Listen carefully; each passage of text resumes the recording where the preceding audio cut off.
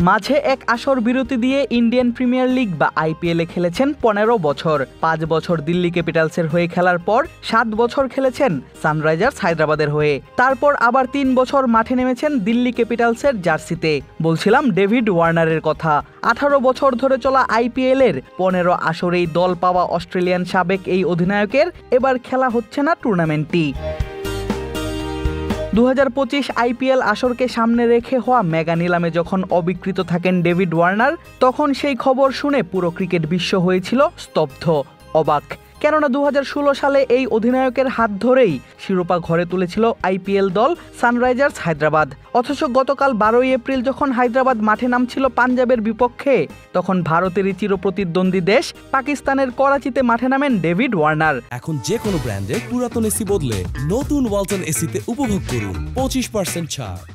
38 বছর বয়সে তার অভিষেক হয় পাকিস্তানের franchise cricket tournament Pakistan super league বা পিএসএলে। তখন থেকেই দর্শকদের মনে প্রশ্ন, তবে কি আইপিএলে দল না পাওয়াতেই পাকিস্তান খেলতে গেলেন ওয়ার্নার? এ নিয়ে হচ্ছিল ওয়ার্নারকে নিয়ে নানান ট্রল ও সমালোচনা।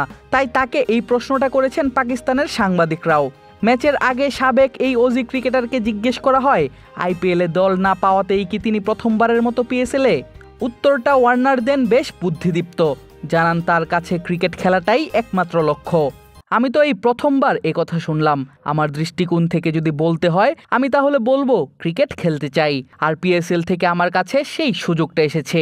এর আগে আমার আন্তর্জাতিক ডিউটির জন্য আমি পিএসএলে খেলার সময় বের করতে পারিনি। আমি এবার লড়তে চাই। আমি করাচি কিংসের অধিনায়ক। আশা করছি আমরা ট্রফি জিততে পারবো। আসলেই যেন নিজের দেয়া কথা রাখলেন ওয়ার্নার। মুলতান সুলতানের বিপক্ষে চলতি পিএসএলে নিজেদের প্রথম ম্যাচে খেলতে নামে ওয়ার্নারের দল করাচি কিংস। আর প্রথম ম্যাচেই তার দল করে বাজিমাত। 235 রানের কঠিন টার্গেটে তারা পৌঁছে যায় 4 উইকেট হাতে রেখেই।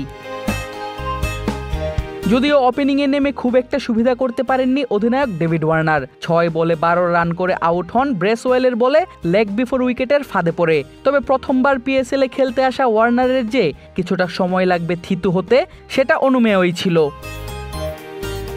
এবার দেখার পালা আইপিএলের মতো পিএসএলেও নিজের নামের সার্থকতা রক্ষা করতে পারেন কিনা এই বাঁহাতি ওপেনার। নিজের দল করাচি কিংসকে এনে দিতে পারেন কিনা টুর্নামেন্টের দ্বিতীয় শিরোপা। আদিব আশরাফ, ক্রিক ফ্রেঞ্জি।